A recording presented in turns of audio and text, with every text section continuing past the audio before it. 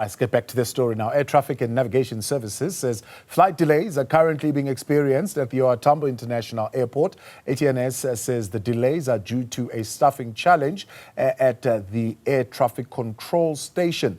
Measures have been put in place to address the situation, and the entity says it is working closely with airlines and airport partners to minimize disruptions. I'm joined now by Air Traffic and Navigation Services Head of Corporate Affairs and Communications, Mphilo, Dlamini. Good to have you, and thank you very much for coming on this afternoon. What's happening at the air traffic control in terms of the staffing? So much, and good afternoon, Thabo, for this afternoon, and I really appreciate the opportunity to explain that we had some shortages with our people at the Air Traffic Control Center, the station in Johannesburg at OR Tambo International Airport. But that matter has now been resolved, and what created the situation, we had the colleagues having their different, I'll call, personal challenges. Some were sick out, some had family emergencies. So it then created a situation where we couldn't actually manage the demand as expected. But now the operations are coming back as to be normal because we had to bring back some of our people to come and work on the station. So that was the challenge that happened, especially this morning. Thabo. So we needed to explain that to the public so that when they see and experience the delays, they understand what was the reason. So when you have one less person because they're sick leave, or maybe because they're attending to a family situation, what does that really mean, and what brings about the delays that we are seeing? So what happens is we've got different sections at the airport in terms of managing air traffic control. So if you've got a certain section where one or two people are not available that particular day, we then develop what I can call, tactical measures to make sure that we delay some of the traffic that needed to, for instance, some of the flights that needed to depart.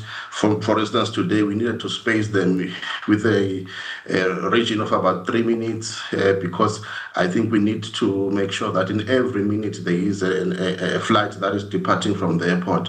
So if there are people that are not in their workstations, you find that we have to delay a little bit some of the departures. Then that kind of delay compounds into what I can call traffic delay over a period of time. So now we have cleared the backlog in terms of making sure that we are actually pushing the delays that were compounding as a result of the delays in terms of the technical measures, in terms of spacing the traffic that we needed to push out of the airport. So that is actually what I can call the net effect of people maybe not being available at that particular point in time in their workstation. But we have cleared that by bringing more capacity in terms of putting together some contingency plan to make sure that operations are back to normal. Yeah, bringing people in terms of contingency plan, does that mean you are now doubling up on traffic that is moving because of the delays, or are you still looking at a situation where if I were to travel at 1 o'clock, I still will travel today, but I will maybe travel 2 hours later? The contingency plans are aimed at making sure that we clear the backlog. I think we're sitting at some point maybe a delay of about 34 aircraft that needed to depart, but about an hour ago we're sitting at about 17. So you can see that we have pushed a number of aircraft out of the airport. So the delay actually is in that kind of a fashion. So when we bring in new people, or we bring in people maybe somewhere on leave or we're off, to come and help at the station because we have had those emergencies, then we actually focus on making sure that the aircraft that we're actually lining up to depart, we start with those and making sure that we push them out. So we have done that now. So the situation is quite better at the stage. It's not like we have cleared every backlog that we had, but it's better in terms of the movements. We are seeing a lot of departures now happening at the airport. So delays in terms of the inconvenience to our passengers and the traveling public, we apologize for that, but we are saying they can come and they can still travel today.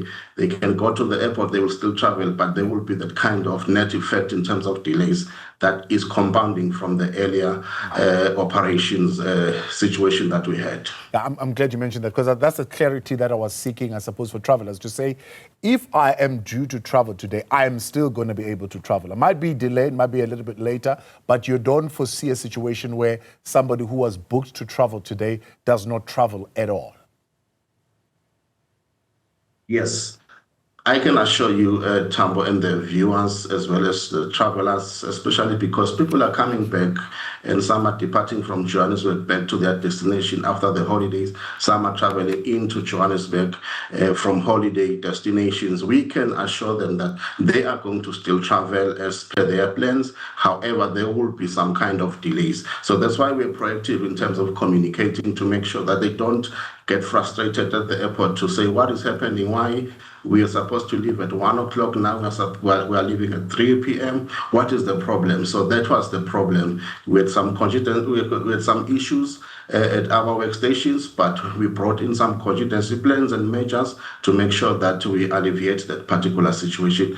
But in terms of their travel, they will still travel today, even though I can assure them that there are delays that will happen here and there, but eventually they will still travel. It's well cool. I appreciate your time. Thanks so much for coming on. Air Traffic and Navigation Services Head of Corporate Affairs and Communications there, Mphilo Dlamini.